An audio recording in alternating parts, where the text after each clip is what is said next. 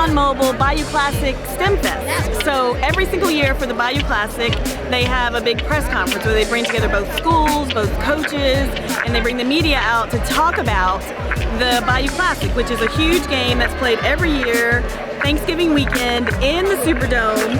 And then as soon as they walked out of the press conference, we rolled into the STEM Fest. So there are 60 plus stations here today. So they can do everything from fly a drone, make slime, they can learn about a good heart versus a bad heart, a good lung versus a bad lung.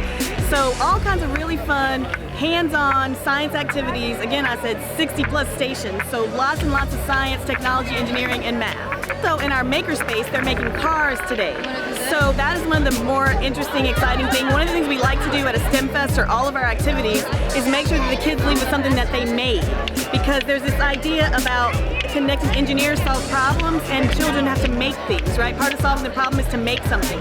So they get to leave a STEM Fest saying that they made their own car that they can race and drive, and forever, even after they're not here anymore, they'll remember that at the ExxonMobil Bayou Classic STEM Fest, they made a car and they took it home and it's theirs. I made a fire car, and it has red flames and orange at the bottom, and I put pom-poms on it. Okay, so you press the button and this will go on and it can move by itself. When I turn it on, the wind pushes it. So ExxonMobil is excited to partner with STEM Nola and the Bayou Classic because one of the things that is important to us is to invest in the community and also invest in the future of ExxonMobil. What I mean by that is we're looking to create the future engineers, the future scientists, the future of our industry, and we do that by investing early. So STEM Nola has a unique opportunity to really invest in young people very early, all the way from kindergarten to 12th grade, and introduce them to STEM.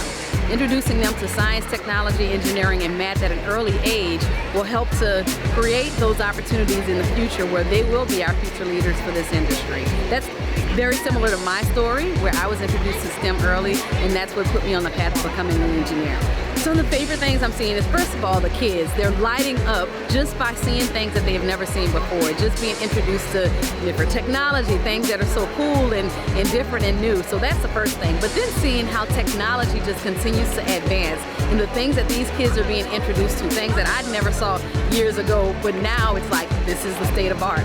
Whether that's virtual reality or robotics or anything in between, it's just the idea of innovation and how things continue to evolve. That's exciting to see. Why are you playing with it like that? Your nerves in your body. Imagine these wires right here are basically like your nerves, right? So then we can control different components of the house. All right, tell me when to Lego.